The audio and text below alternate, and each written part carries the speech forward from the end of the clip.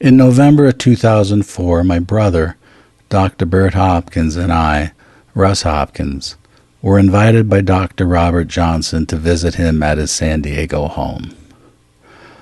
During our stay, we were treated to wide-ranging discussions of his analytical, psychological practice and related ideas over lunches, dinners, and formal interviews.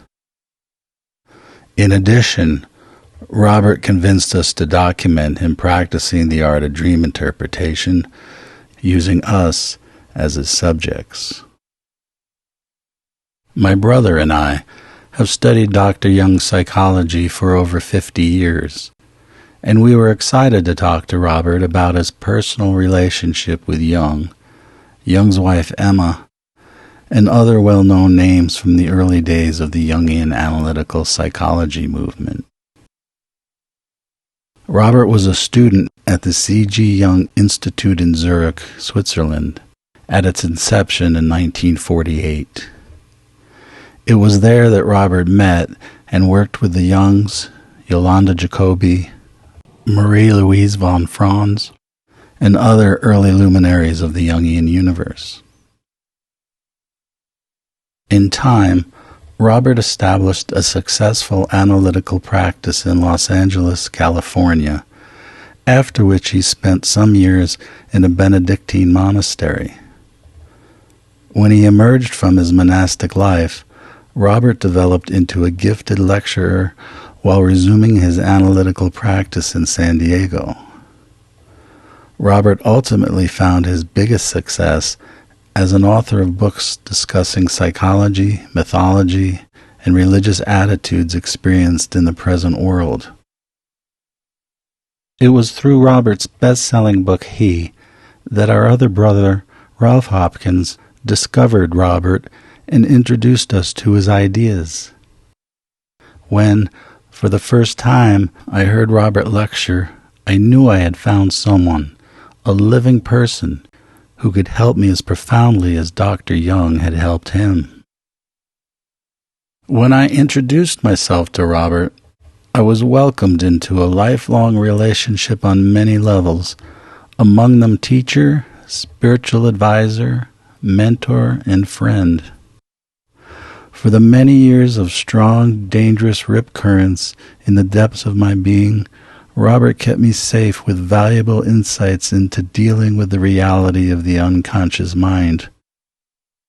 Throughout my time with Robert, I collected letters, photos, and recordings with the intention of honoring someday his memory. This archive collection intends to make accessible to others Robert's ideas and the life behind them.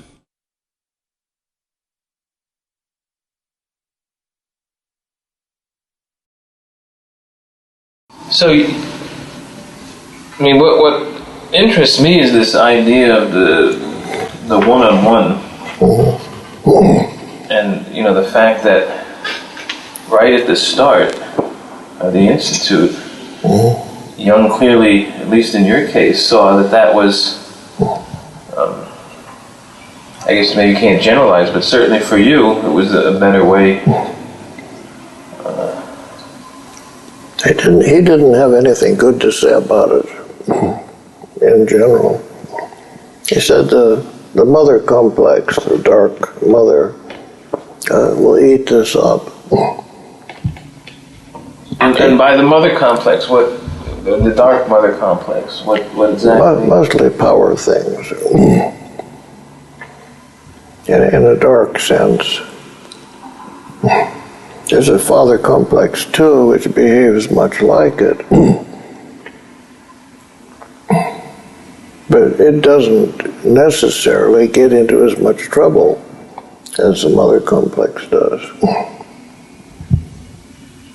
And then this would be the unresolved mother complexes, right? Because it should be possible, right? If somebody is dealing with that, that they wouldn't be projecting it and wouldn't be wreaking havoc. Yeah.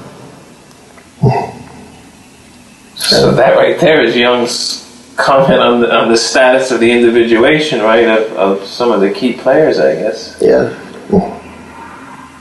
And inevitably, one will put these complexes on somebody else by projection. That's almost inevitable.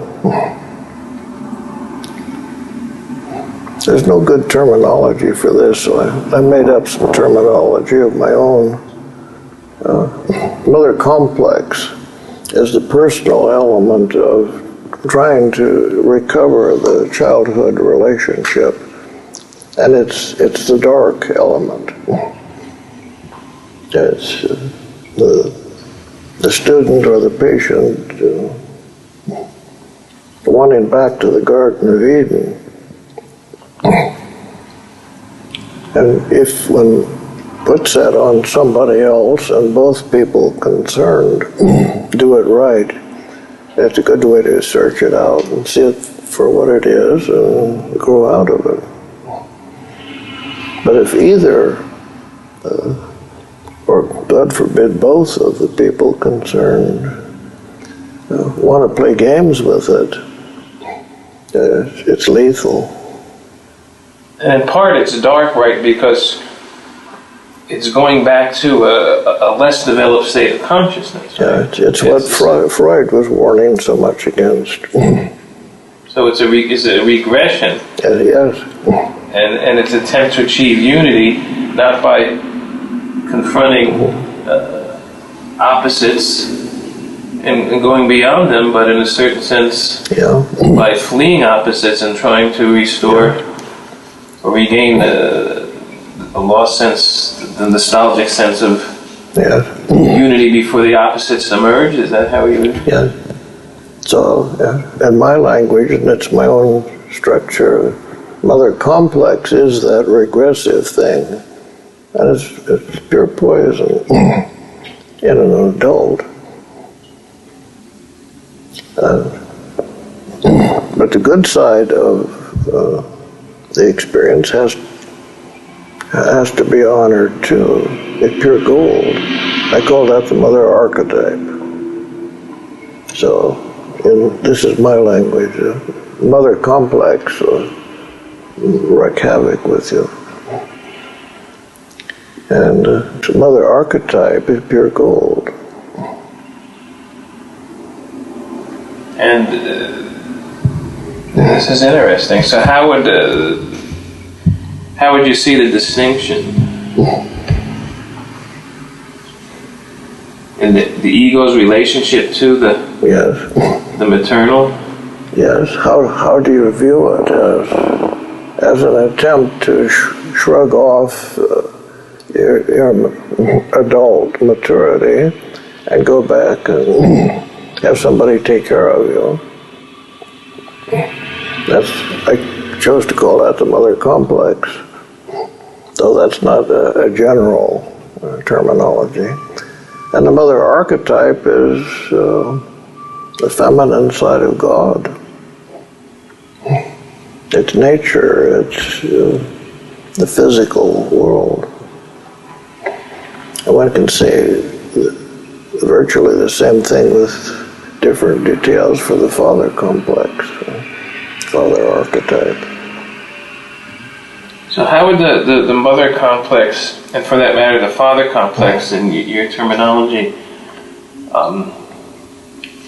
can you illustrate some ways that was working itself, that was manifesting itself in the Institute in the early days? Well, these dark sides of things generally stick their head up as power systems. And it's true that the Institute finally just blew up and shredded itself into pieces over the bids for power. Even at the beginning when I was there, they didn't dare have Dr. von Franz or Dr. Jacobi lecturing on the same day. They might meet in the hall.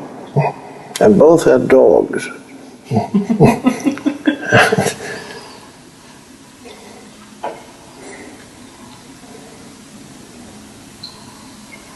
imagine this would be, I mean, it's not unique to the Jung Institute. Any institutional structure, these forces would be at play. Because it seems what little I know the history of various Jung Institutes, and again, I don't think it would be just limited to Jung. I mean, I see the same thing in philosophical societies and things like that. Oh, sure. But they're always having these fractures and splitting off. Sure. The whole academic world is fracturing in the same way. But that's more masculine in character, and it's more manageable. Yeah, I'd be interested to hear how you would characterize the father complex and then the father archetype. Father complex is trying to get somebody else to make the laws for you and protect you and make structure and tell you what to do. The father archetype is the very principle of masculinity and law and form and structure. Same thing. But men fight more fairly than women do. And Jung had taken on a bunch of women, which is to his credit because most of what was going on around that time, Freud and his school pretty much kept the women down. But Jacobi started the Institute, and the other women around got into terrible squabbles over it all.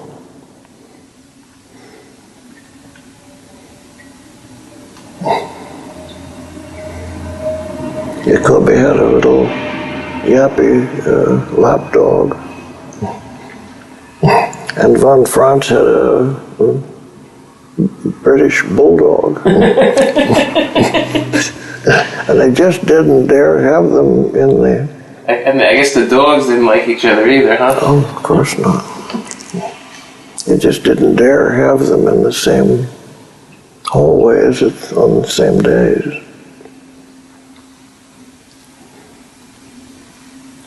So you must have worked out in your own approach to things some general patterns or strategies or practices or rituals to sort of work through the mother and father complex? Well, I was so dazed by the objectification of these principles out there that I didn't have much time to get into my own. But in terms of your general approach now, No. I mean, maybe you can't say anything general. Maybe it's everything case to case. Yeah, one can make generalizations of it. Well, mostly the hard way. I'm not sure there is any other way. I've worked out the difference between a mother complex and a mother archetype. And I'm tolerably safe on that score. And does it involve, well, I would imagine it would involve the basic things, owning your shadow. All of those are specifics. The terminology for all of this is vastly inadequate. So you scarcely know what you're talking about between two people. Jacobi never forgave me for walking out of analysis, and she blackballed me all the rest of her life. What did she want to wait for 30 years before she would analyze your dream?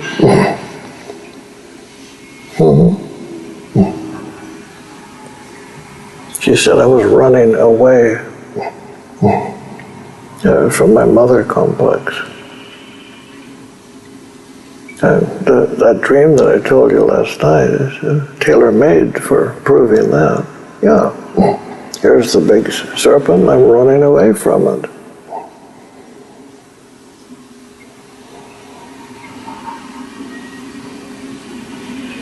Well, that's not what Jung thought.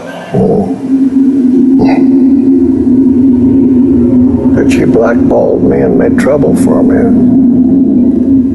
for as long as she lived, which is a long time.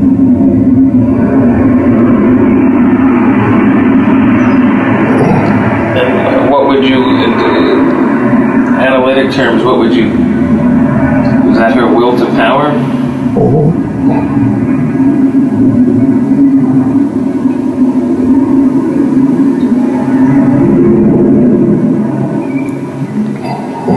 Did you see Toni Wolff when you were in Zurich? Did you have some sessions with her? No. I was so scared of her. I attended classes that she taught. And Emma Jung, though, did you She did classes. It was she who I went to talk about this dilemma. So practically speaking, I moved into the Emma Jung camp. I thought it was safer for one thing. I liked her a lot. But you didn't have any sessions with her? You just spoke with her? Yes, she was officially my analyst. Oh, okay, so then you... So how long did you work with her? As long as I was in Zurich. And what was it like to work with her? Very low-key. She was an extreme introvert. We functioned that way.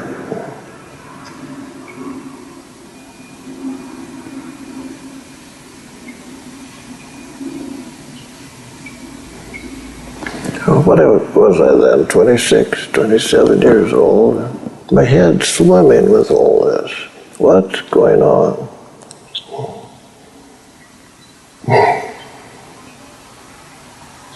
I remember my first dream after the first day of class in the Institute. I remember to this day. I dreamed that I had come to the room of the building which they rented at that time for the beginning of the Institute. And I think there were 28 students in the opening class. I was the youngest. I was virtually the only one who didn't have an MD, which was preferred, or at least a PhD. So I felt like bottom man on the totem pole. I found that's a pretty good place for safety. Lived there most of my life. But my dream that night was that I had come to the room and everybody was immediately fighting, and they were bashing each other over the heads with the chairs, and general mayhem going on. I couldn't cope with this. So I quietly went over to the window, opened the window, and sort of poured myself out and vanished.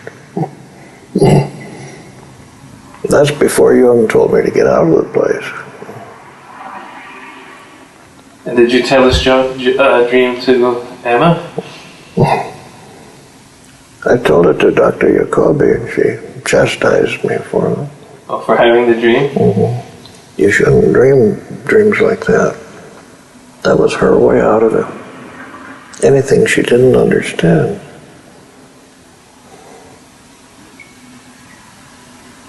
But I stayed in the Institute for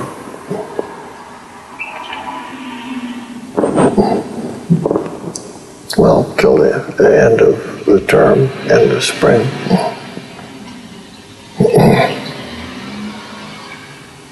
I took my place as bottom man on the totem pole. pretty safe place. Was Eric Neumann there those days? No, he had died before that. Died. So who were some of the other people floating around? Joseph Campbell was there. I liked him. He was a good man, strong man, big, resonant voice. And he was in his staunch Roman Catholic period then. And the general feeling of the school, sort of unspoken collective attitude was, you mean you're still going to the church? Haven't you gotten over your adolescence yet? That was a general framework. But he was a strong guy. I remember one day he came in the morning and that big resonant voice of his announced, "My Mass was fine this morning." Everybody shudders and looks the other way. But that collapsed for Joseph Campbell sometime later, and he was bitter against the church the rest of his life. Was Karenni there those days? No. Who else? Gene Gebser? Was there Gene Gebser there? Who? Gebser? No.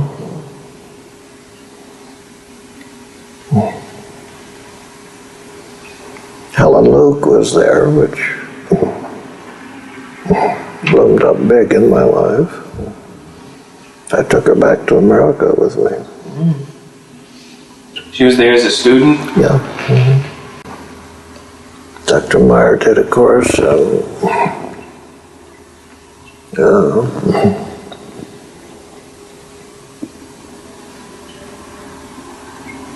complex psychology, chiefly word association test. He announced, scared me. I was scared most of the time. He announced, you will look around and you will choose among yourselves, and each of you find a victim. And you will give the word association test to each other. And then you will come and each of you do a 2-hour analysis of the word association test that you have given. I was terrified. I'm not going to let anybody see my dark soul. I looked around and I found another pair of equally terrified eyes.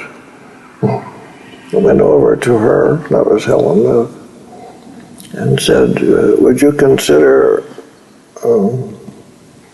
doing the word association test with me, and we'll tear up both of them and go and get somebody else and do that for the presentation. And she said, oh yes. And that started a big event in my life. So you say you brought it back with you? Well, sometime later, and her 2 adopted boys.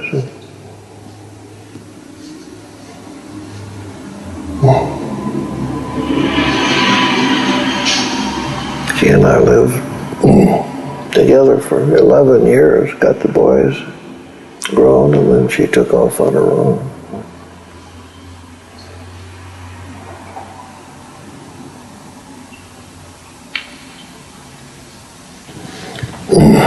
These complexes, of which there are many, virtually always live themselves out in projection on somebody or some situation outside oneself. One is virtually helpless to do about something that is still within oneself, but when it gets projected and gets to bouncing around and is visible, then the work begins on it. So that's partly Jung's insistence on doing your training with another human being, not with an institute.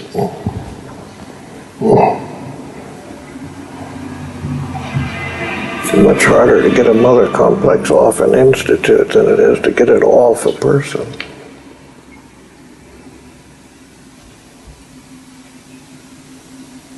So there's no escaping the projections that one makes.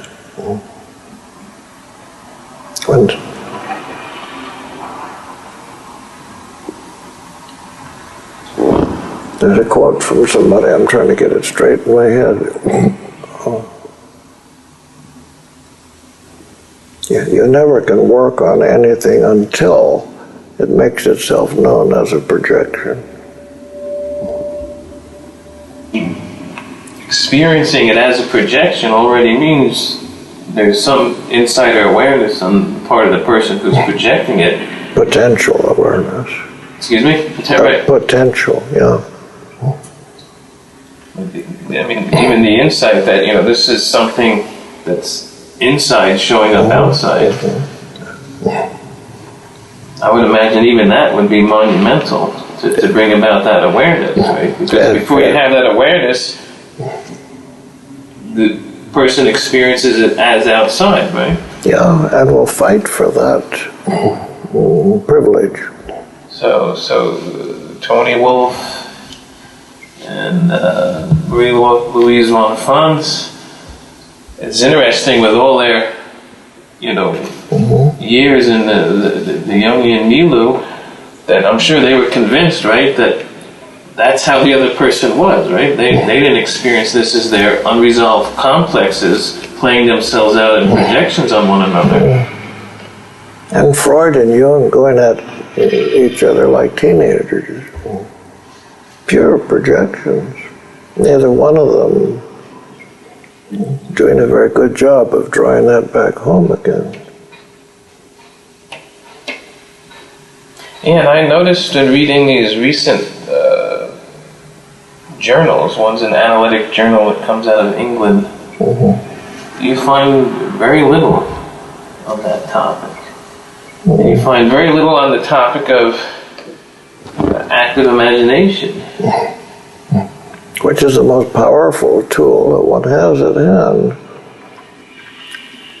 I can hardly ever get anybody to use it. And which, from my standpoint, is someone that doesn't have any formal training.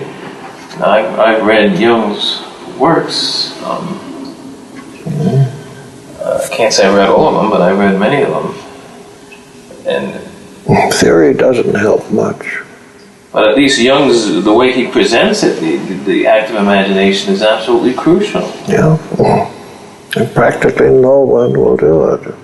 You can go and take courses in it. Read many books on the subject. The truth is, most people don't want the development.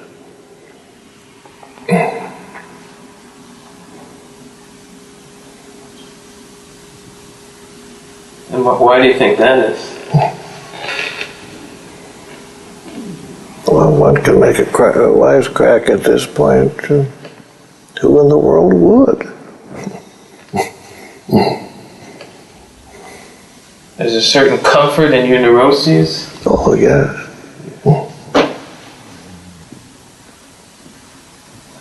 It's time to take somebody's neurosis away from him. A good way to get bitten.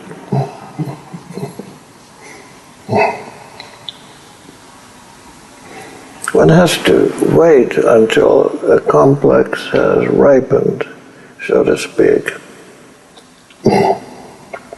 And generally that's announced in your dreams. And, okay, then you go to work on it. if the person means business. Americans are very different from Europeans in attitude in this respect. How would you characterize that difference?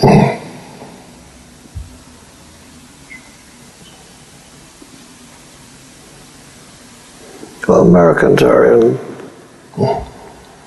most respect exactly what the Europeans mean in their sarcasm of calling the Americans a species of bubis americanus. That's what we look like, that's what we act like.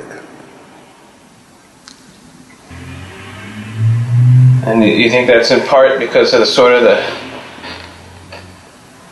extroverted, pragmatic? That's the way the American collective unconscious has structured itself. To get that back on track is a Herculean job. Yeah, Jung didn't have... He's rather severe in his judgment of the Americans. He said, well, all the men have mother complexes, and the women let the men handle things in the world, but the women run the home and they control the husband's soul. The animus is out of control. That's going too fast.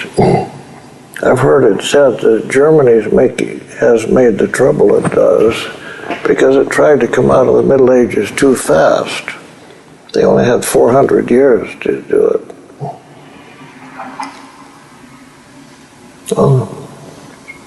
America's doing it much faster than that. And what about Japan and China? They're chewing off the modern world in big chunks very fast. And India, I don't know, that's a favorite subject of mine. I don't know much about it. But the big question that comes up to any person of integrity: where am I living the illusory fact of projection? India asks this question very directly with its own theology or its own language. They call projections Maya, illusion. And they challenge a student or whoever they're concerned with. Well, when are you going to pull out of your Maya?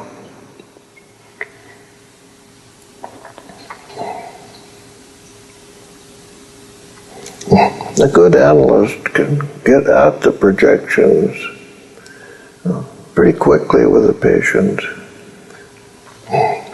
But that doesn't mean he'll work on it.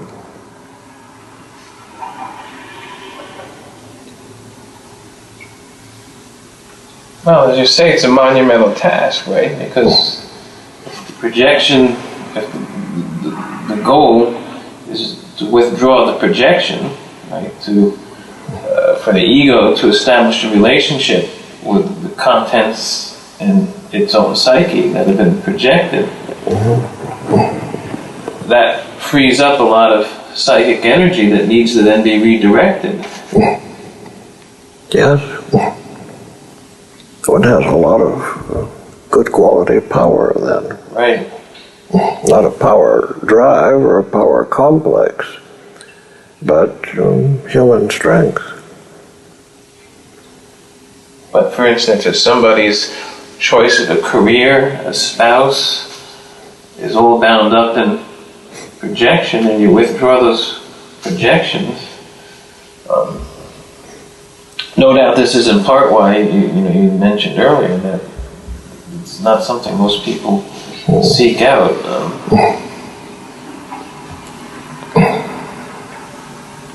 Patients want you to cure their discomfort or their pain. That's all.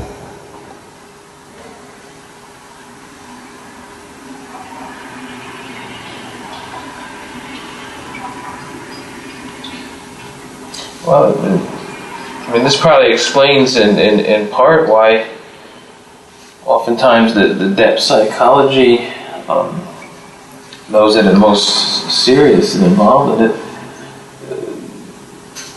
is in closer proximity with some kind of spirituality.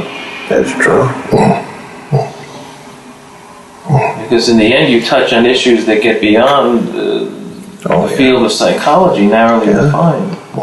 Or true psychology, the study of the psyche, which is the soul. We have psychology, and specifically Jungian psychology now, because the church failed its job.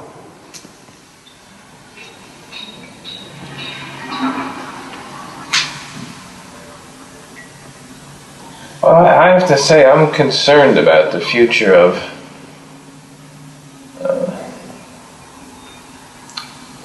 the thing Jung started. Because we're at a point now where you've got second and third generation Jungians, and mostly quarreling with each other. Yeah, and there's certain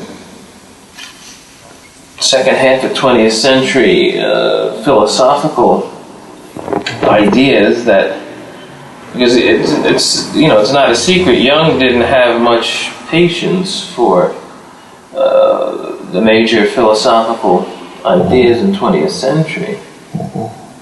And I don't know if you've heard of Derrida and deconstruction, but apparently this is finding its way into certain Jungian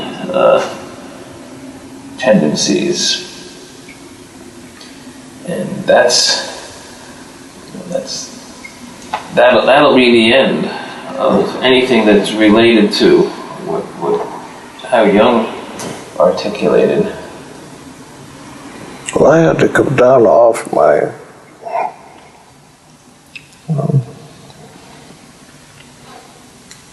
not naive assumption that the Jungian tools would cure. Well, what's wrong with us? Well, I still believe that, but the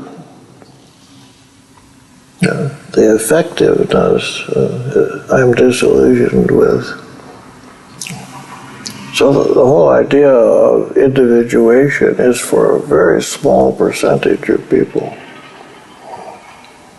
which takes one back to a big discussion and examination of the idea of aristocracy. All cultures before our own have worked on an aristocratic basis, and I think they were correct. I haven't seen anything that's working any better. Various things come up like communism and democracy, both of which are excellent ideas and not proving to be very workable. Communism collapsed of its own weight, and a lot to be learned from that. Well, it's interesting because Jung is now being translated into Russian. Oh yes, my books too.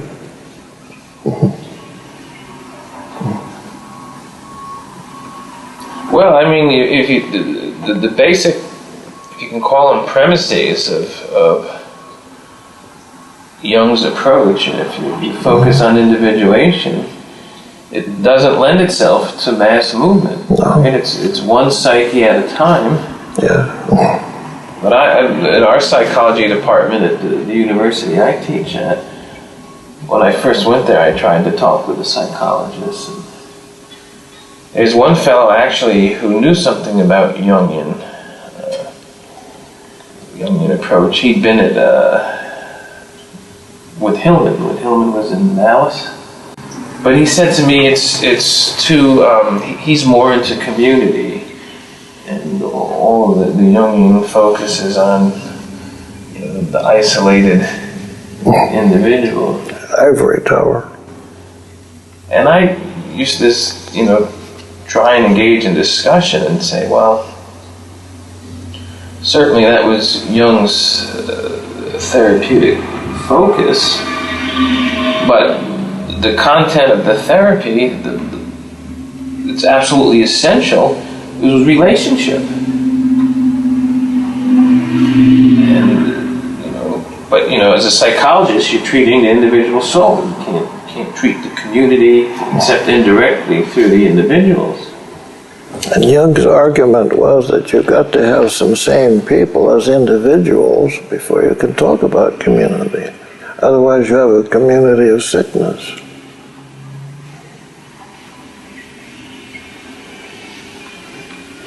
But that doesn't sell very well. Again, community is a big buzzword. But if you raise any kind of critical questions about what it means, the response is invariably, well, you're not with us, you're against us.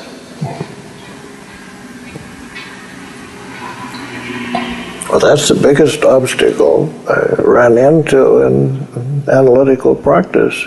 So few people wanted to come out of their neurotic structure. They wanted me or somebody to stop the pain that they were in, but they didn't want to change anything. And the part isn't coming out of it is accepting the pain is necessary, right? Transformation of the pain into the only medicine which will help you. Now you said in your practice you didn't charge a fee. Later on, when I had enough income from books and other things. And did you notice a difference in the results that you had with people? I'll tell you a funny story about that. Before I'd given up of fees in general, a young guy came and he was an intelligent and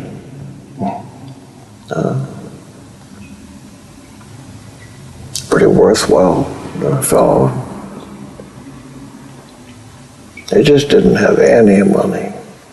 So I said, okay, I'll work with you, and you bring me a sheaf of papers, your homework, what you've done, active imagination or whatever, and that'll be your fee. So he came several times, good things happened. One day he turned up and he didn't know what he was saying until he had said it, but he heard it when it was echoing in the room, and he said, couldn't I just bring you a check instead? And then he heard what he'd said, and it was kind of an explosion in him. He didn't want to work.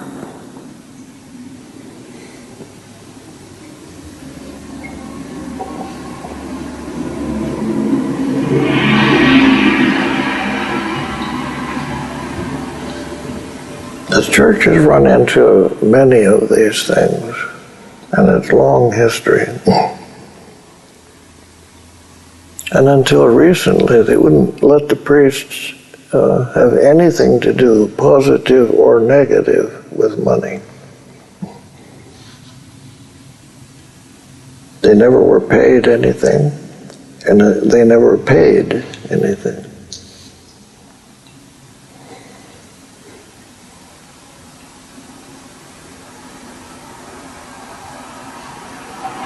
The merchants never charged the priests for anything, and the priest never charged the merchant or the parishioners for anything.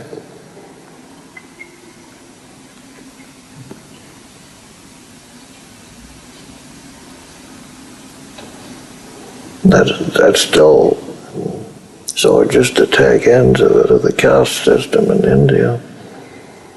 My best Indian friend, Samantha Chatterjee, is a Brahmin. He's just my age. And he insists on following the old Brahman's laws, which is that he never has anything to do with money, never touches it. It's not a subject. But India doesn't keep its old customs anymore, and people don't take care of him.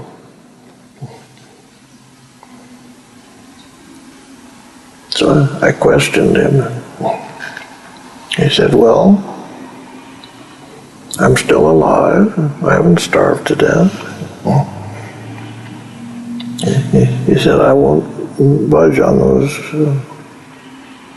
on the best of those old Brahman laws. And this American comes along and I support him now. But he never mentions, he never says thank you, never says no, the money has arrived. Now, what do you think? I mean, there must be some deep psychological significance for the ancient practice, right? If not, absolutely. How would you understand that? Well, there's some things that cannot be bought and sold. Matters of the soul is one of them.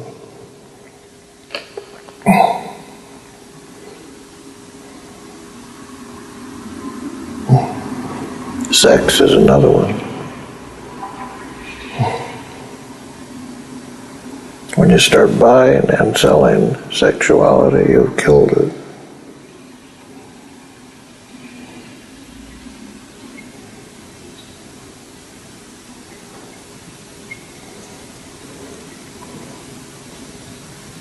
If you have sex with a woman and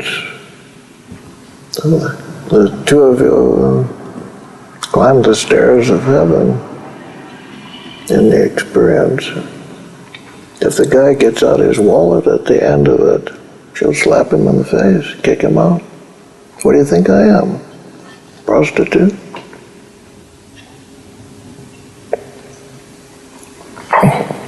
And it's not just money.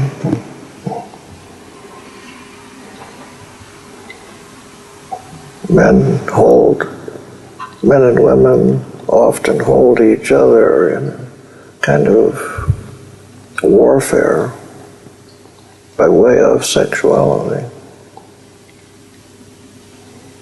They start bargaining with it.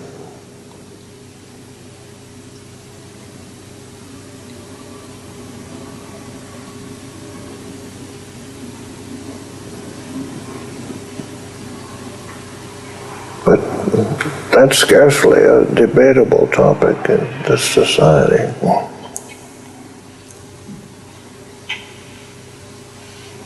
Money is a fairly recent commodity in the Western world.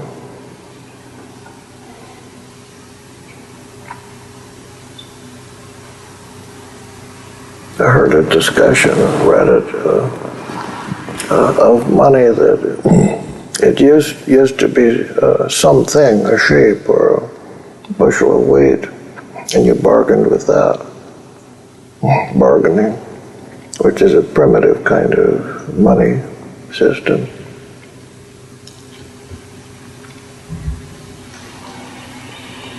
And then the Renaissance was powered largely by the fact that they had a less cumbersome way of trade. Coins, issues of the bank and the like.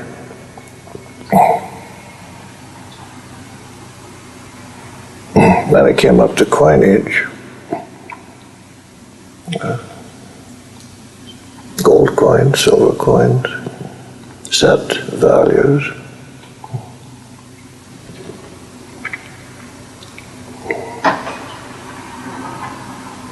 Then it became paper money.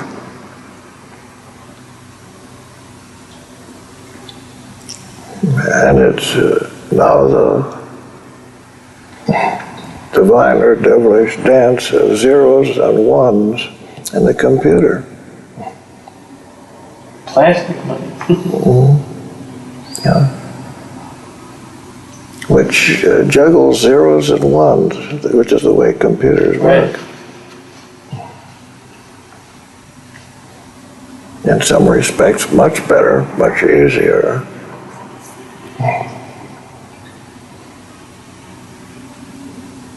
But it does some very strange things to the soul.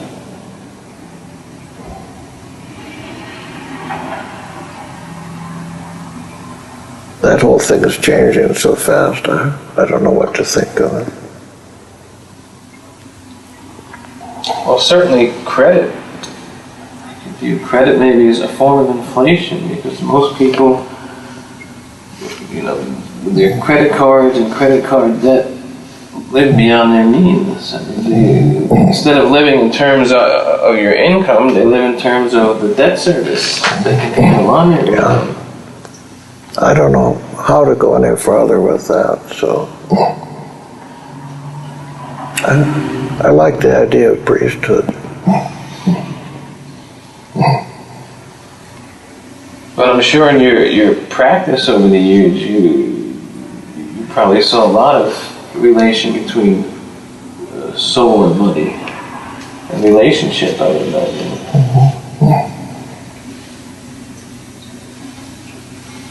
I got sick of people buying me.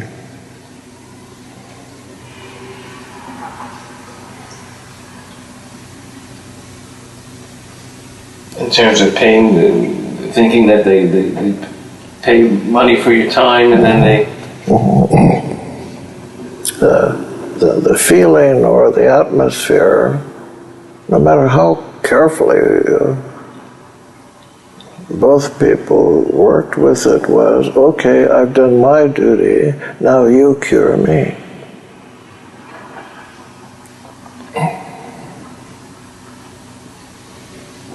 We have a similar thing now in student as consumer. I mean, they feel because they're paying money that with that money comes a grade, and that at a certain point it's their teacher's responsibility to educate them because they're paying so much money. That's inevitable, no matter how carefully one works.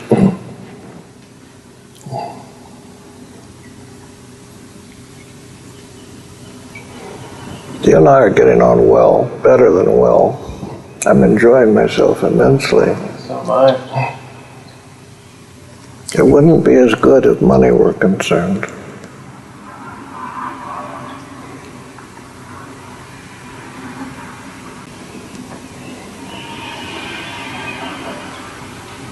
And we're into things that contemporary consciousness can't cope with.